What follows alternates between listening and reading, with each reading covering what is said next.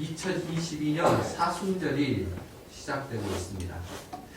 사순절은 지난 수요일, 제휴수요일, 참회의 수요일에서부터 시작이 되어서 부활절 전까지 기간을 말합니다. 주일을 뺀 40일간의 기간입니다. 40이라는 숫자에 관심을 많이 두시는데 이것은 그냥 숫자일 뿐입니다. 그러니까 그리스도인들이 처음 그리스도인들이 지킨 절기는 사순절이 아니라 부활절입니다. 부활하신 주님을 기쁨으로 여기고 그 부활한 날을 즐거워했던 거죠. 그래서 그 부활의 날을 우리는 주일이라고 이야기합니다. 주님의 날이기 때문에. 초대교회에서는 그 주님의 날을 어느 일정한 하루로 정했던 것이 아니라 매일같이 부활하신 주님을 기념했습니다. 그런데 시간이 지나면서 이제 이게 절기가 되기 시작을 했고 그 부활절 앞에 예수님이 십자가에서 달려 죽으신 그날을 기념하면서 성금요일이 또 세족했던 성목요일이 기록이 되기 시작을 한 거고 거룩하게 지키기 위해서 부활을 지키기 위해 성토요일이 만들어지기 시작한 겁니다. 그리고 그 기간들을 만들다 보니 이제 유대 절기와 어울려서 만들어진 것이 40일간의 사순절 기간입니다. 그러니까 기본적으로 사순절은 예수님을 중심으로 사는 거죠. 예수님이 십자가의 고난을 당하기 위해 걸어가신 그 길, 그리고 십자가에서 죽으시고 다시 부활하신 그것을 기념하는 절기가 사순절입니다. 사순절의 핵심은 예수 그리스도입니다. 예수 그리스도.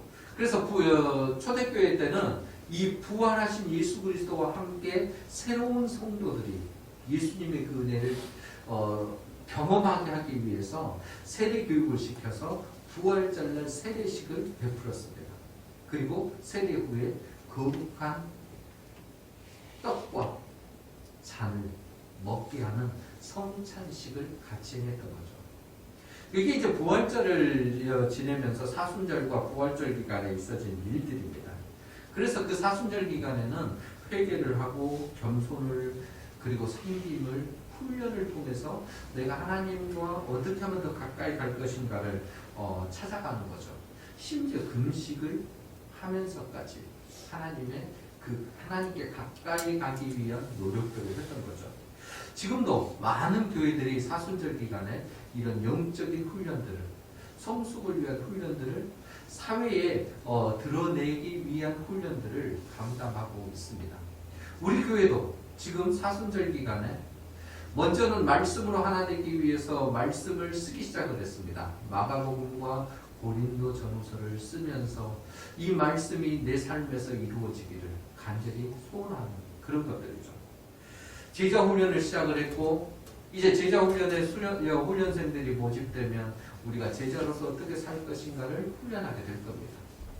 또 아울러서 한 영혼을 귀히 여기는 사랑하면 전도합니다. 이 행사를 통해서 영혼 구원에 영혼을 주께로 인도하는 일에 우리가 모두 동참하며 열심을 내게 될 겁니다. 고난주간에는 기도회를 통해서 또한 더욱더 주님을 바라보는 거죠. 그런데 우리가 이런 경건훈련 사순절 기간들을 보내면서 잊지 말아야 될 게 있습니다. 왜 이런 훈련을 보입니까? 왜 우리는 이런 경건훈련을 통해서 하나님께로 예수님께로 가야 하는가? 이것을 잊지 말아야 된다는 거죠. 교회에서 프로그램들을 진행하다 보면 진행하는 사람들 또한 참여하는 사람들이 본질을 놓치고 프로그램에 빠지는 경향이 있습니다. 어떻게 하면 프로그램을 더 활성화시킬 것인가? 어떻게 하면 프로그램에 더 많은 사람들을 이렇게 참여시키고 그게 은혜 받았다라는 말을 듣게 할 것인가에 집중할 때가 있습니다. 나쁜 일은 아니죠. 그런데 프로그램을 왜 진행하느냐 이 목적을 잊어서는 안 된다는 거죠. 프로그램을 왜 합니까? 우리의 만족을 위해서 프로그램을 하는 게 아닙니다. 훈련을 왜 합니까? 나 이런 훈련을 받았다라고 자랑하기 위해서가 아닙니다. 이런 프로그램들, 훈련의 과정들을 통해서 우리가 뭘 얻으려고 하는 거죠? 하나님께 더더군다나 예수 그리스도께 더 집중하기 위한 훈련입니다.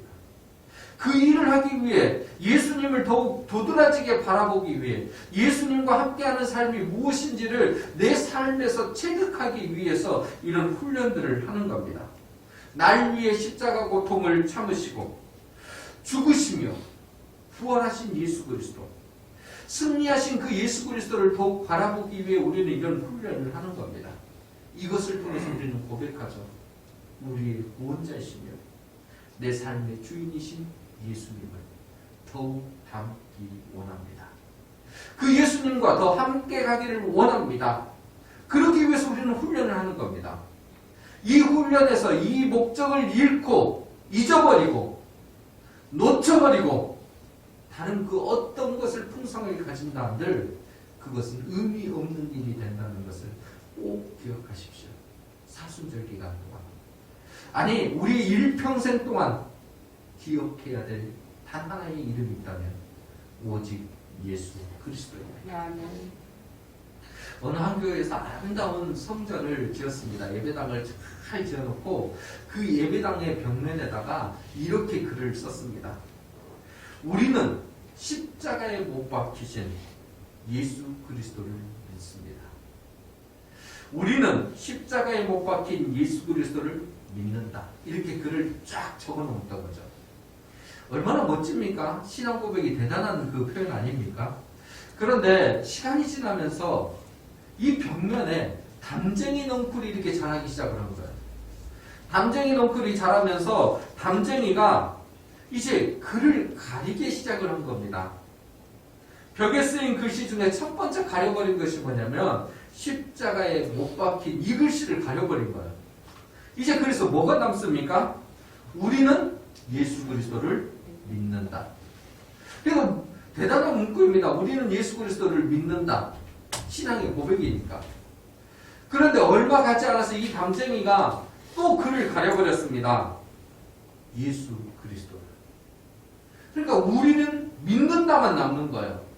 글씨가 선명하게 앞뒤에 우리는 믿는다. 무엇을 믿는지도 지금 정확히 알 수 없을 만큼 우리는 믿는다. 이렇게 된 거죠. 그런데 이마저도 시간이 좀 지나니 담쟁이가 그것마저도 가려버렸습니다.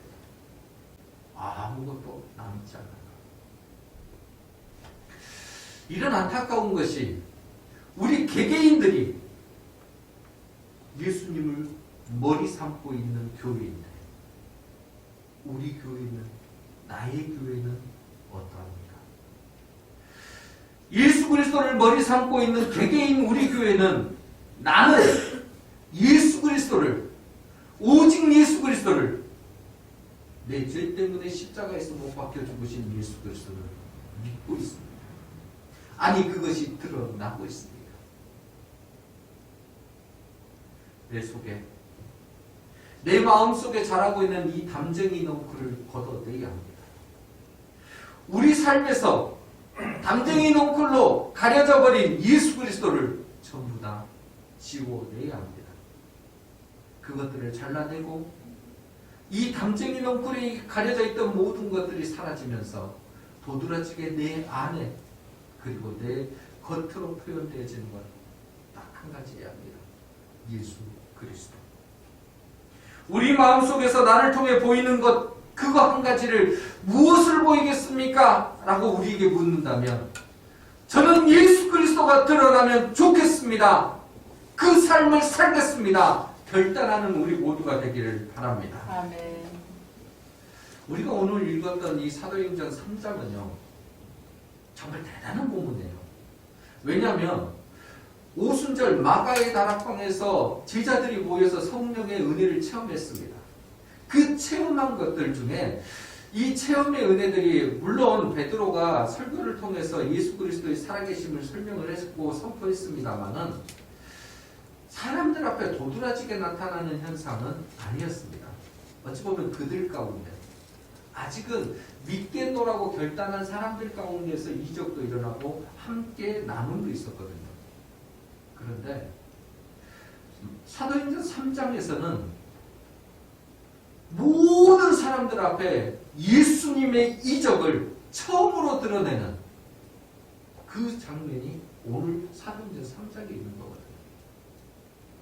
나이 때부터 걷지 못하는 사람이 있었습니다. 그는 할 수 있는 게 없어서 성전 미문에 앉아서 구걸하는 게 자기의 직업이었습니다. 도와주십시오. 도와주십시오. 다른 말로 하면 한 푼 주십시오 아닙니까? 나 그거 없으면 죽습니다. 도와주십시오.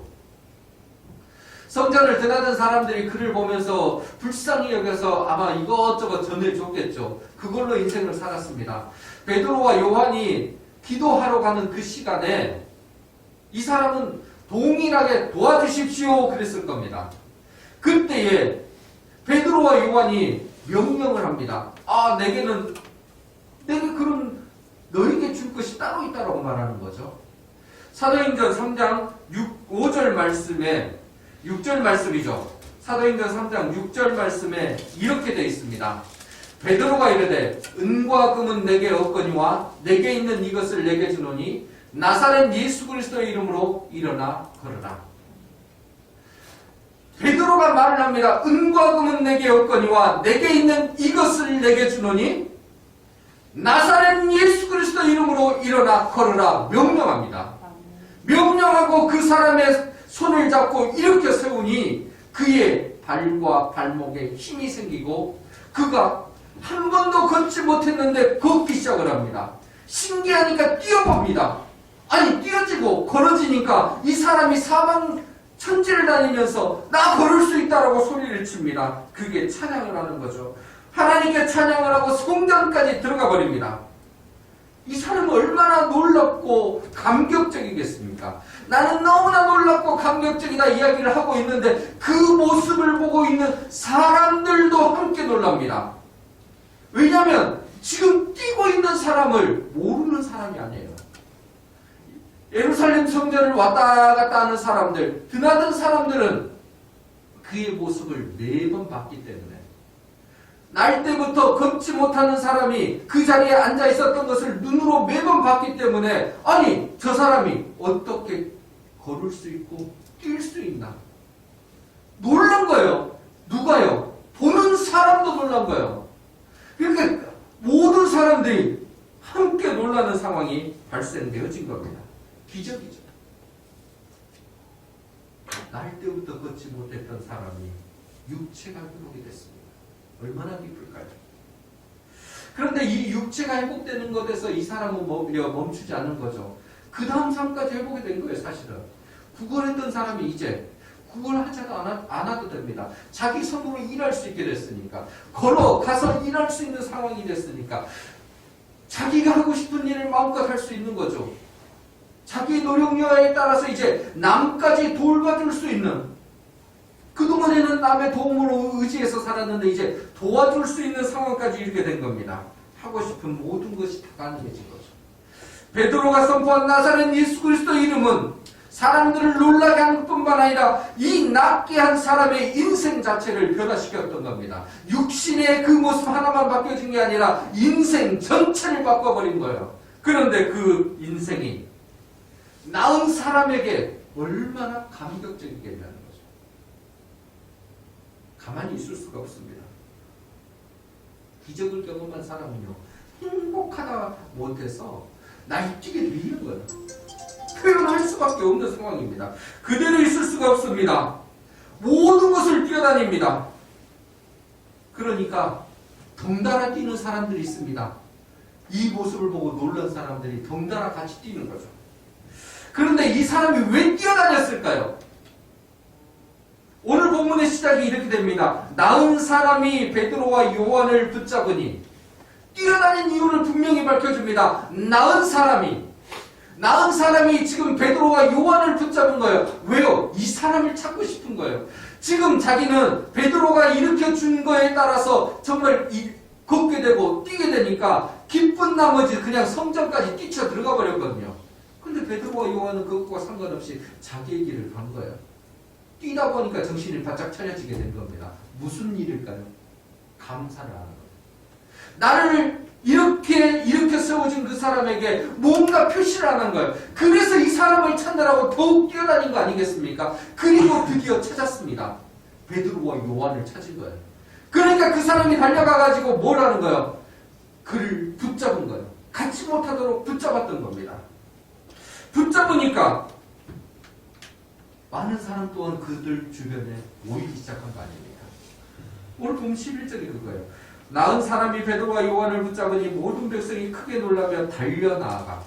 모두가 달려나간 거예요. 그런데 그곳의 이름이 어디냐면 솔로몬의 행각이라 불리우는 행각에 모이거늘. 솔로몬의 행각은 헤롯 성전 동편에 있는 큰 광장입니다. 넓은 광장이에요.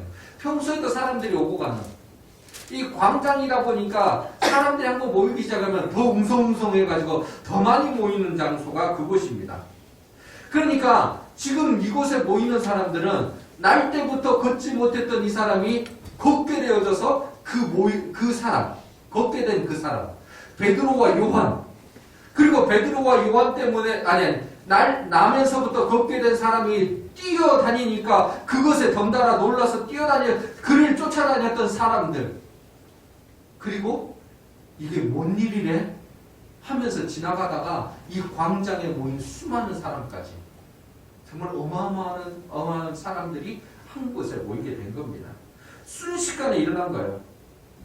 그런데 딱 보니까 사람들이 전부 주목을 누구에게 했을까요? 여기서 처음 주목을 누구에게 했을까요? 나하면서부터 정말 걷지 못했는데 이제 걷고 뛰었던 나은 사람에게 주목합니다. 왜요? 지금 예루살렘 성전을 왔다 갔다 했던 드나들었던 사람들은 그가 원래부터는 안진뱅이로 살았었는데 갑자기 서 있으니까 뛰기도 했으니까 얼마나 놀랐겠어요. 그가 지금 무슨 말을 할 것인가 지금 바라보고 있는 거죠.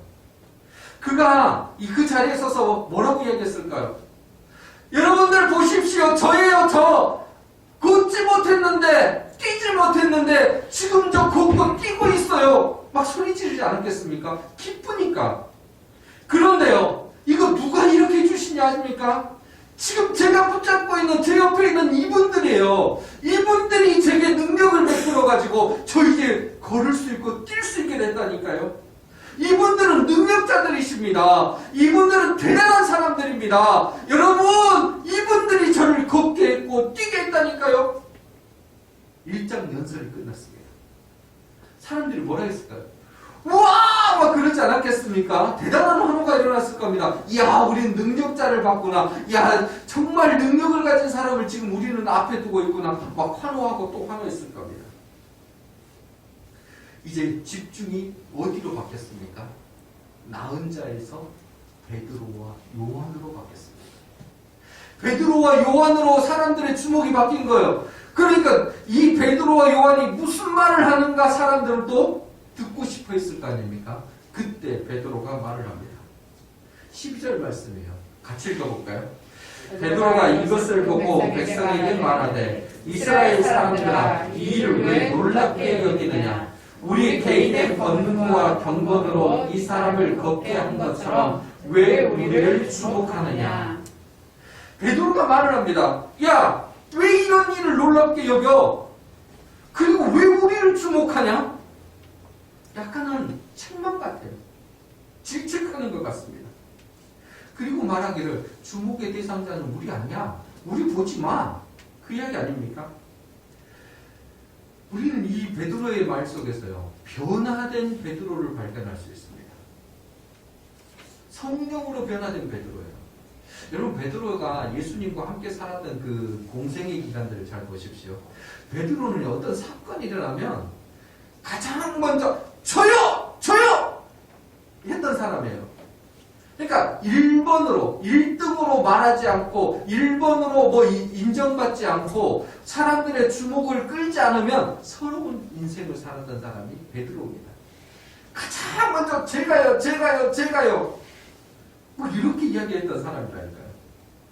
그런데 그 사람이 늘 주목받고 인정받고 싶었던 사람이 성령의 능력을 체험하고 나니까, 성령의 은혜를 체험하고 나니까 자기가 주목받아서는 안 되고 내가 나서는 인생이 돼서는 안 됐다는 것을 깨닫게 됩니다.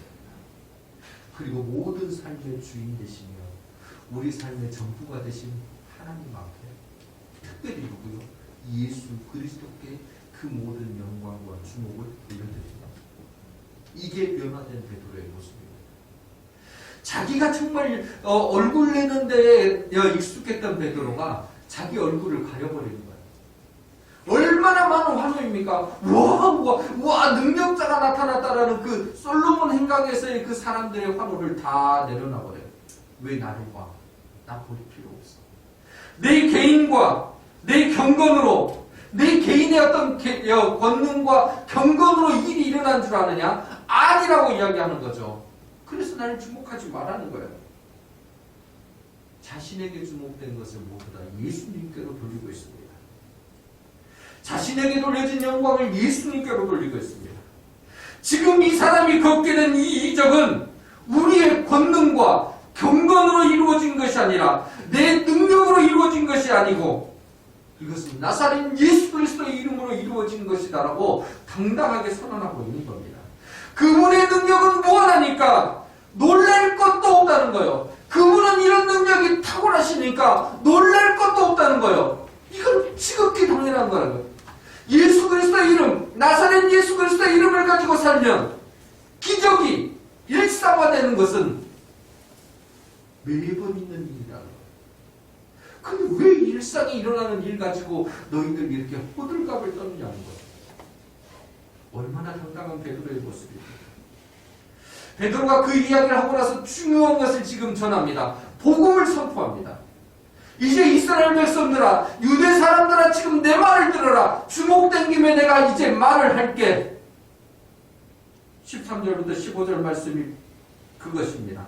아브라함과 이삭과 야곱의 하나님 곧 우리 조상의 하나님이 그의 종 예수를 영화롭게 하셨느니라. 너희가 그를 넘겨주고 빌라도가 놓아주기를 결의한 것을 너희가 그 앞에서 거부하였으니 너희가 거룩하고 의로운 일을 거부하고 도리어 살인한 사람을 놓아주기를 구하여 생명의 주를 죽였도다. 그러나 하나님이 죽은 자 가운데서 그를 살리셨으니 우리가 이 일의 증인이다. 베드로가 이 기적을 일으킨 분이 예수 그리스도임을 드러냈습니다.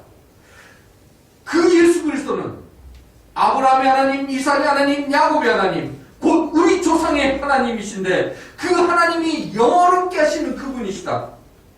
그런데 우리 유대인들, 우리가 빌라도가 이분을 놓아주기를 원했는데 우리가 그것을 거부하고 그를 십자가에서 죽였도다. 그런데 하나님께서 죽은 자 가운데서 그를 살리셨다라고 말을 합니다. 그리고 이 모든 일의 증인이 바로 우리다. 여러분, 이게 내가 이 일의 증인이라고 말하는 것, 복음의 증인이고 십자가의 증인이고 부활의 증인이라고 말하는 것이 우리 기준으로 생각하시면 안 됩니다. 우리가 지금 나 예수 믿는다고 그래서 뭐 사람들이 그렇게 호응은 안 한다 할지라도 우리에게 핍박을 가하는 건 아닙니다. 그런데 지금 베드로의 이 고백은요, 그 당시에는 목숨을 내놓는 일입니다.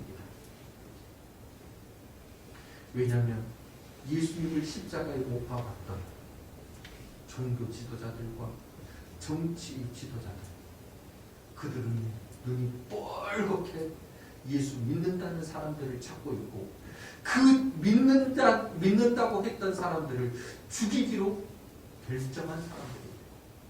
내가 이 일의 증인이라고 하는 것은 내 목숨을 내놓고 지금 고백하는 것과 같은 것입니다. 어떻게 이렇게 바뀌었을까요? 어떻게 해서 이렇게 바뀌었을까요? 베드로가 누구입니까? 그는 예수를 부인했던 사람입니다.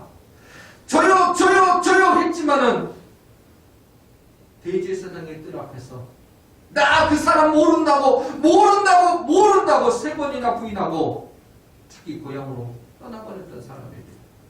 예수를 모른다고 했던 사람이 이제는 목숨을 내걸고 나 예수의 증인입니다라고 고백하고 있는 것, 사람의 능력으로 되는 게 아닙니다. 오직 성령의 능력으로. 성령의 능력이 어떤 것을 보여줬을까요? 그 안에 이 차곡차곡 쌓여있던 베드로 마음 가운데 가득 채워지고 이제 이것이 흘러넘쳐서 보여줄 수밖에 없는 그 이름, 예수 그리스도 때문입니다. 예수 그리스도가 나의 주인이 되셨고 부활하신 예수 그리스도로 말미암아 나는 영원한 천국을 가진 소망하는 그리고 간직한 사람이 되었기 때문입니다. 그래서 그는 말합니다. 당당하게 선언합니다. 너희가 십자가에서 죽였으나 부활하신 예수 그리스도의 증인이 나다. 그는 세상을 바라보지 않았습니다. 지금 예수 그리스도를 주목하고 살았던 거죠. 사람들이 어떻게 할까? 사람들이 나를 어떻게 바라볼까? 내가 이 말하면 사람들이 나를 어떻게 해야 할까? 그것에 집중하지 않았습니다. 오직 예수 그리스도. 은혜 안에 머물고 있는 사람은 예수 그리스도를 드러내는 데 있어서 주저함이 없습니다. 그때의 주님께서는 그를 더욱 안전케 도와주실 뿐만 아니라 도드라지게 하나님은 사용하십니다. 베드로처럼 우리는 예수 그리스도께 주목하고 성령 은혜 안에 사는 사람입니까? 아니면 예수 그리스도를 드러내는데 주저하는 삶을 살고 있는 것은 아닙니까? 진짜의 주인을 알기를 소원합니다. 복음의 주인을 모시기를 소원합니다. 복음의 주인이자 우리 삶의 주인이자 우리에게 능력을 주시는 그분을 기억할 수 있고 또 함께 가기를 소원합니다. 아멘. 베드로가 그것을 드러냅니다. 정말 이 말씀이 우리 가슴에 새겨지기를 바랍니다. 16절 말씀을 같이 읽습니다.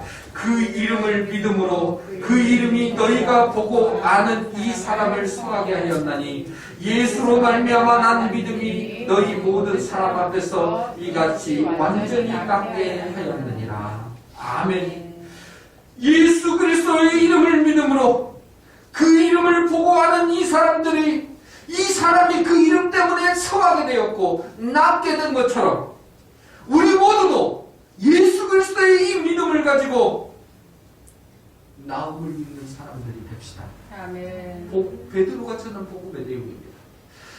다른 게 아닙니다. 예수 그리스도 그 이름 하나, 예수 그리스도 그 이름을 믿을 때에 날 때부터 걷지 못했던 사람이 성하게 된 것처럼 그 사람의 육신만 성한 게 아니라 이제 인생이 성하게 된 것처럼 이제 우리도 예수 그리스도의 그 이름을 믿을 때 그 이름으로 말미암아 우리 모두가 나음을 입게 될 것이라고 베드로가 선포하고 있는 겁니다. 너희가 거부하고 죽인 예수, 그러나 하나님께서 다시 살리신 그 예수, 그 예수 이름이 이 날 때부터 걷지 못했던 사람을 완전히 살렸다. 왜냐하면 그 이름 앞에 능력이 있고 생명이 있기 때문이다. 예수님이 우리를 살리게 합니다. 예수님의 이름 안에 능력이 있습니다. 예수님을 향한 믿음이 참된 믿음입니다. 예수님의 사람들의 우리의 연약함과 허물 속에서도 우리의 완전한 생명으로 그 허물을 덮어주시고 우리의 약함을 새롭게 만들어주시며 우리에게 강건의 복을, 생명의 능력의 복을 부어주시기에 부족함이 없으신 분이십니다. 이것이 우리가 믿는 믿음의 힘이요 능력입니다. 십자가에서 예수님을 부인하고 떠났던 제자들이 먼저 이것을 경험한 거죠. 마가의 다락방에서 성령의 능력을 통해서 그들이 경험한 게 뭡니까? 세상에 군림하는 그런 힘이 아닙니다. 오직 예수 그리스도. 날 위해 십자가에서 죽으신 예수 그리스도, 부활하신 예수 그리스도의 그 권능이, 그 약속이 그들 가운데 새겨지기 시작한 겁니다. 그래서 그들은 다시 한 가지 이름을 찾았습니다. 예수 그리스도. 예수 그리스도의 안에서 영원한 생명을 누렸습니다. 이 땅에서 내가 살아가야 될 이유를 발견하게 된 겁니다. 예수 그리스도께서 날 위해 십자가를 지셨던 것처럼, 예수 그리스도께서 날 위해 3일 만에 부활하신 것처럼 나도 그 예수 그리스도를 따라가면 영원한 생명을 얻을 뿐만 아니라 하나님의 뜻에 합당한, 하나님이 내게 이 땅에 보내주신 그 목적 그대로의 삶을 살 수 있겠구나. 그게 예수 그리스도의 이름을 가진 자의 모습입니다. 사람이 이끄는 삶에서 예수님께서 이끄는 삶으로 제자들은 바뀌었습니다. 그리고 그 삶을 이제 유대인들에게 또 모든 그리스도인들에게 권면하고 있는 겁니다. 제자들처럼 우리도 달라질 수 있습니다. 그 달라질 수 있는 것은 딱 한 가지입니다. 예수 그리스도, 그 이름을 우리 마음에 담고 예수 그리스도를 바라보며 예수 그리스도와 함께하는 삶을 살 때 가능합니다. 이렇게 복음의 길을 제시한 베드로가요. 그런데 그러면 어떻게 하면 그것을 얻을 수 있을까를 다시 한번 설명을 해줍니다. 베드로가 지금 이제 복음을 들은 사람들에게 간곡히 호소합니다. 야, 복음만 듣고 그냥 좋은 말씀이네, 그런 길도 있겠구나, 이게 여기서 멈추지 말라는 거예요. 무슨 이야기를 하고 싶으냐면 우리가 예수님을 십자가에 못 박은 이유가 예수 그리스도가 메시아로 이 땅에 오셨는데 우리가 그를 십자가에 못 박은 이유가 제대로 알지 못했었더라. 우리가 예수님을 제대로 알지 못했고 하나님의 뜻을 제대로 알지 못해서 예수님을 십자가에 못 박았는데 이거 이대로 둬서는 안 된다는 겁니다. 뭘 해야 되는 거죠? 회개하라는 거예요.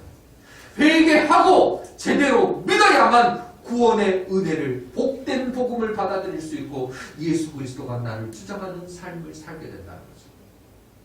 19절 말씀 같이 읽습니다. 그러므로 너희가 회개하고 돌이켜 너희 죄 몫이 함을 받아라. 이같이 하면 새롭게 되는 날이 주 앞으로부터 이를 것이요. 아멘. 베드로는 사람들에게 회개하고 돌이켜 너희 죄 없이 함을 받으라고 이야기합니다. 이는 그 당시 사람들뿐만 해당되는 게 아닙니다. 우리 모두에게도 해당되어집니다. 우리가 어떤 죄를 지었든지 상관없습니다. 우리가 어떤 죄든지 크든지 작든지 관계없습니다. 모든 죄를 주 앞에 고백해야 합니다. 그 죄를 고백하고 회개하면 사함을 받고 새롭게 됩니다. 이것은 진리입니다.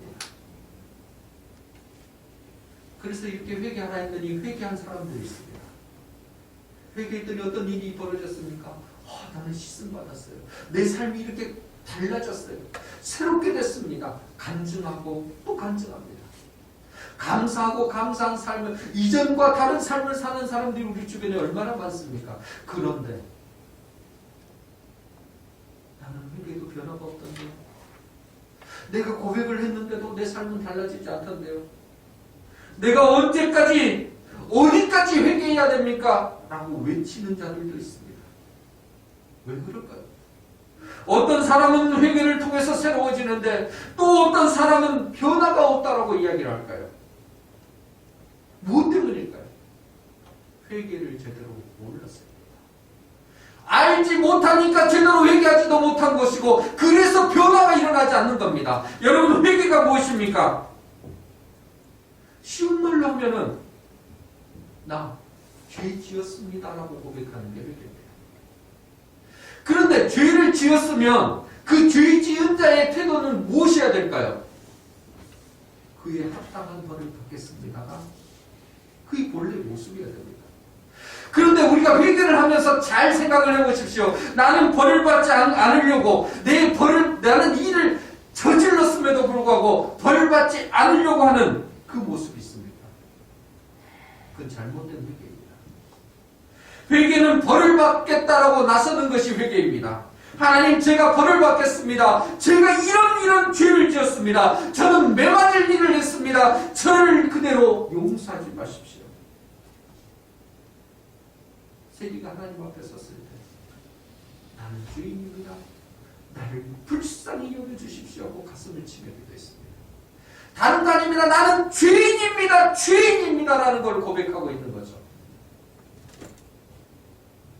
여러분, 변화되는 건요, 누가복음에 나와 있는 것처럼 삭개오의 그 모습이 변화된 겁니다. 삭개오의 모습이 어땠습니까? 예수님이 그를 맞아 내가 오늘 너희 집에 유하여야겠다고 하니까 예수님 앞에 서서 그가 했던 말이 뭡니까? 내 재물의 반을 가난한 자들에게 나눠주겠습니다. 그리고 나머지 재산 가지고도 남에게 잘못된 것을 내가 가져왔으면 내가 그것 때문이라도 4배나 4갑절이나 갚겠습니다라고 선언합니다. 변화된 사람이 이런 거죠. 죄를 가졌으면 죄에 대해 합당한 것을 내가 지불하겠습니다. 그때 예수님께서 삭개오에게 말씀하십니다. 너의 집에 오늘 구원이 임하여야 합니다. 우리가 회개할 때요, 제대로 하셔야 합니다. 내가 회개했으니까 하나님 빨리 용서해 주세요. 내가 회개했으니까 빨리 이 벌을 지나가게 해주세요. 이런 자세라면 그것은 회개한 게 아닙니다. 회개란 벌을 안 받겠다는 것이 아니라 벌을 달게 받겠다는 것입니다. 이 회개의 자세. 여기까지가 우리의 모습입니다. 이렇게 나오고 그 다음에 사함을 받든 사함을 벌이 내려지든 이것은 하나님의 권한입니다. 그런데 회개하는 자가 자꾸 하나님의 영역을 침범합니다. 내가 그것을 사함을 갖게 놓으라고 빨리 용서하라고 하나님 앞에 득달되듯이 달려드는 거죠. 진정한 회개자가 아니라는 겁니다. 우리가 진정으로 회개하면 하나님은 벌을 내리시려고 하는 건 아닙니다. 오늘 본문에 있듯이 19절 끝에 뭐라고 그럽니까? 새롭게 되는 날이 주 앞으로부터 이를 것이요. 주님은 우리를 새롭게 해주시기를 원하십니다. 하나님의 뜻은 그것입니다. 그런다 하더라도 이것은 진정으로 회개한 자에게 부어지는 은혜이지 권리가 아니라는 것. 우리가 권리답게 그것을 내세우는 것은 회개자의 모습이 아니라는 것을 아셔야 합니다. 내가 회개했다고 새롭게 해달라고 했다고 이게 내가 회개했으니까 새롭게 해주셔야 합니다. 이건 정당한 겁니다 라고 말하는 것은 옳은 회개자의 모습이 아닙니다. 우리가 할 일은 뭐냐면 회개를 분명히 하는 겁니다. 내가 이런 죄입니다. 나 때문에 예수님이 십자가에 못 박혀 죽으셨습니다. 이것을 분명히 하는 거죠. 그런 놀라운 것은 그 고백이 있으니 하나님의 새롭게 하신 은혜가 내게 임한다는 거죠. 빨리 해결해 주십시오. 빨리 해결해 주십시오 할 때에는 그 은혜가 임하기가 어렵습니다. 새롭게 해주신 은혜는요, 사실 우리가 회개했다고 이루어지는 건 아닙니다. 그 은혜는요, 예수 그리스도의 십자가의 은혜 때문에 일어나는 사건입니다. 예수님의 그 십자가 사건이 없었으면 제 아무리 회개를 해도 그게 용서 받을 수가 없습니다. 그런데 예수 그리스도의 십자가 은혜가 있기 때문에 우리가 고백하는 것마다 진심으로 내 죄를 고백할 때마다 그 십자가의 은혜가 그 죄를 덮어버리는 거죠. 감춰주는 겁니다. 그리고 하나님의 은혜가 새롭게 나타나는 거죠. 너는 이제부터 새로워졌느니라. 누구든지 그리스도 예수 안에 있으면 새로운 피조물이다. 새로운 피조물이 되는 것은 그리스도 예수 안에 머물 때의 일입니다. 그리스도 예수 밖에서 내가 이렇게 했으니 해결해 주십시오. 절대 일어나지 않는 일입니다. 여러분, 우리가 진정으로 회개하면요, 반드시 일어나는 일이 뭡니까? 십자가의 은혜가 임합니다. 예수 그리스도의 십자가의 은혜가 우리에게 임하고 새롭게 하시는 하나님의 능력이 나타나게 되어 있습니다. 우리가 진짜 복받고 정말 복되게 살아가려면 새롭게 하신 하나님의 능력을 힘입어야 합니다. 아멘. 이 능력을 얻게 하는 이름, 딱 하나입니다. 예수 그리스도. 아멘. 이 예수 그리스도의 이름을 잊지 않고 반드시 새기고 우리의 심령을 충분히 채워 흘려내보내는 그런 사순절 기간이 다 되시기를 주님의 이름으로 간절히 부탁드립니다. 아멘. 사랑하는 성도 여러분, 2022년 사순절이 시작됐습니다. 이번 사순절을 지내면서 우리 마음과 삶에 예수 그리스도 이 이름이 깊이 새겨지기를 바랍니다. 아멘. 구원의 이름, 능력의 이름, 회개의 은혜를 부어주시는 이름, 우리를 새롭게 하는 능력이 있는 이름, 오직 예수 그리스도. 이 이름을 붙잡고 의지하며 드러내는 한 주간이 되시기를 바랍니다. 아멘. 그때 예수 그리스도의 이름의 능력이 우리의 삶을 충만하게 은혜로 덮어주시고 복으로 채워주실 것입니다. 아멘. 우리는 살아계신 하나님의 역사를 증언하는 증인이 될 수 있습니다. 이 예수 그리스도의 이름으로 승리하는 우리 모두가 되기를 주님의 이름으로 다시 한번 부탁드립니다. 아멘.